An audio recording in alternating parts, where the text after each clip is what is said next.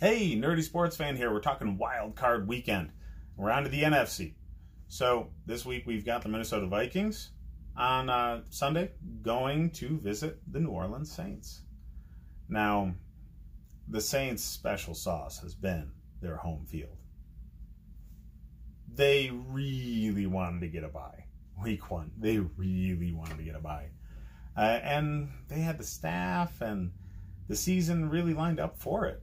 Just San Francisco and the Packers had statistically better seasons. But the top of the NFC is all very, very close. And you put the Saints in that conversation.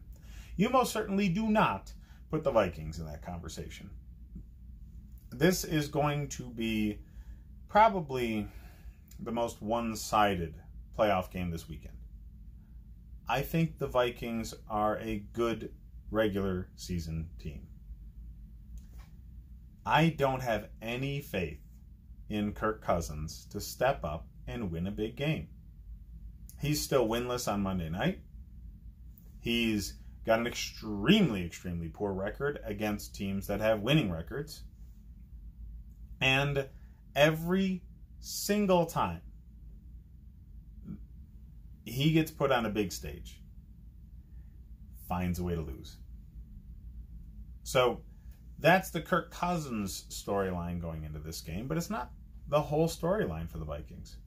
Dalvin Cook, I mean, that injury is killer. 2 weeks ago, they forgot what running the ball was in a winnable game. Last week, they remembered to run the ball. Good. But, you know, still didn't exactly find success. The Vikings are not ready for this. They're not ready for this stage. They don't have a quarterback that has the leadership skills necessary to bring the guys along when the lights are brightest. And their main weapon, Cook, is hurt. So I don't necessarily fault the Vikings for what's going to happen to them. It's just a matter of personnel and who's available to you when it matters most. And right now, the most important piece of the Vikings' offensive puzzle is missing.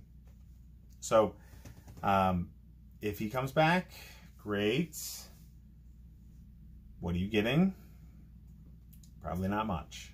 I don't see Cook being fully healthy, ready to go, take on the workload that he needs to take on for the Vikings to come close to winning this game. I see it becoming a situation where Kirk Cousins needs to be the guy to step up and do it. And we all know what happens when he's put in that position. The guy just folds like a house of cards. So it's not going to be pretty, Vikings fans. I'm sorry.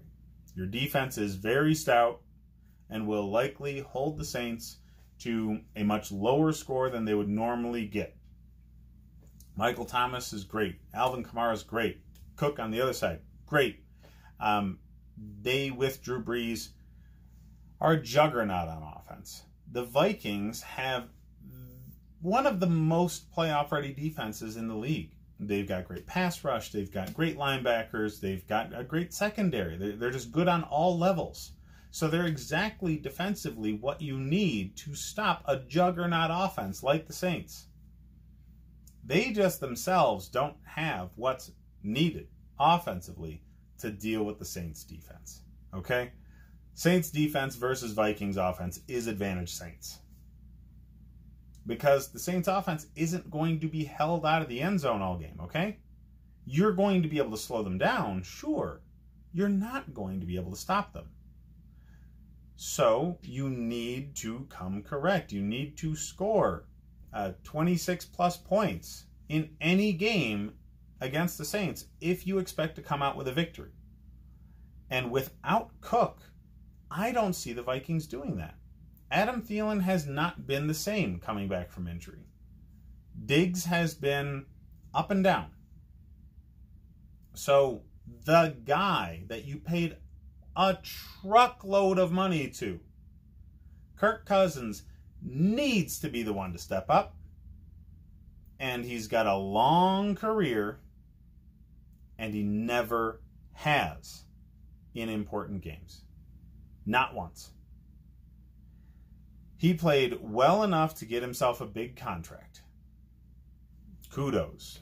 But, yeah, that next step, that next level, that next realm of intensity that you need to be a good postseason quarterback, he just doesn't have it.